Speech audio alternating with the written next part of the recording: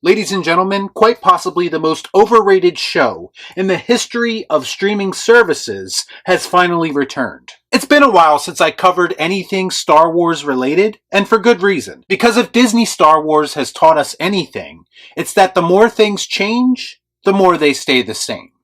Let's discuss. I watch so you don't have to.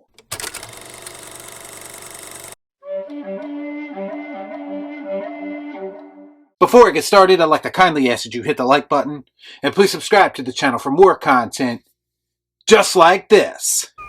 Do or do not. There is no try. Christ, even the synopsis for this episode on Disney Plus is boring. The Mandalorian begins an important journey. Riveting stuff. You might as well just say what you actually mean. That being, we know you're all going to watch it anyway, so it doesn't really matter what this episode is about. What an idiot! Oh, what a loser! And after watching the first episode for myself, I can say with all honesty that I'm not really sure that it's about anything. I was one of the few people who criticized the first 2 seasons of The Mandalorian for being typical Disney Star Wars hiding behind the Baby Yoda gimmick. But everyone kept telling me it's different. Kathleen Kennedy isn't in charge of this show. Favreau and Filoni are our saviors. Next thing I knew, Boba Fett was getting manhandled by Sasha Banks, but yeah, sure, it's different. Why do these things always happen to me? And it all culminated in the nostalgia bait of all nostalgia bait when young Luke Skywalker showed up at the end of Season 2. And this was a failed attempt to give us the Luke Skywalker we all wanted to see in The Last Jedi. But at that point, it was too little too late, and there is no one to blame but Lucasfilm. So that brings me to The Mandalorian Season 3.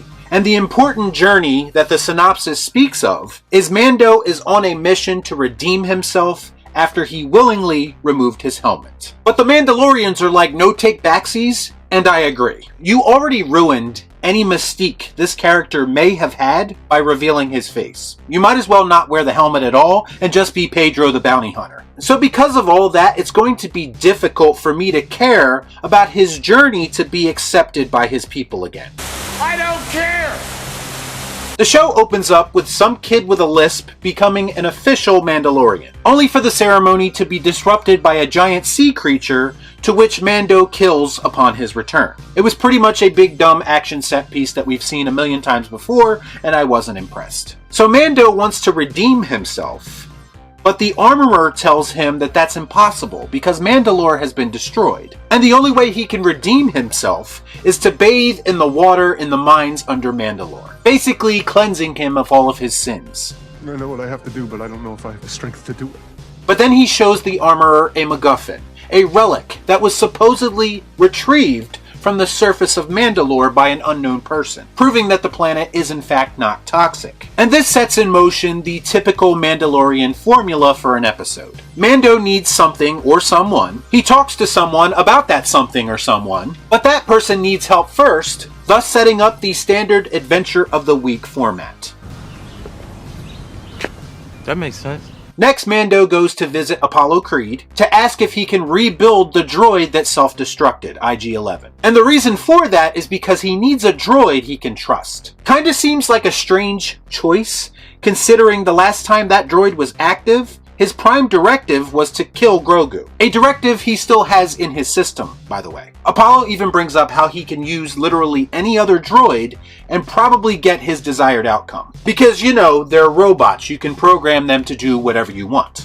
I'm having trouble. Unless IG-11 specifically has information that Mando needs, but that wasn't directly addressed. So all of this pretty much came off kind of pointless to me. It seemed more like just another excuse for him to go on a side adventure, to get the part that he needs to repair IG-11. And I can tell you at this point I was officially on the edge of my seat. Whoopie do.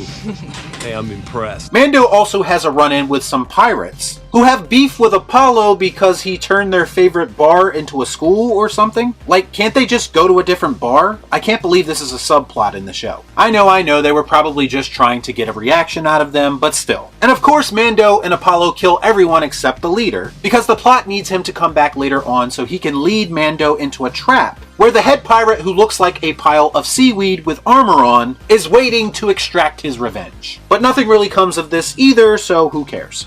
How can you not care? Like this. Apollo also wants Mando to be his town marshal, so he can help him with all the scum and villainy. And Mando suggests he use Cara Dune. Awkward. And they basically write off Cara Dune as being recruited by Special Forces, which for those that don't know is just a new code word for cancelled on Twitter. I'll probably be getting recruited by Special Forces very soon myself.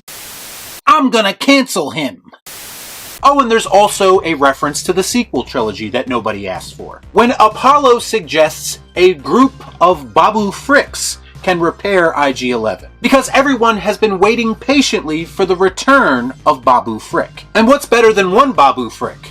Multiple Babu Fricks. This episode concludes with Mando arriving at a Mandalorian castle, where we see Bo-Katan waiting for him and looking very disinterested. Apparently her plan to retake Mandalore didn't go all that well when she lost the Darksaber, so she's feeling a little bit bitter about that.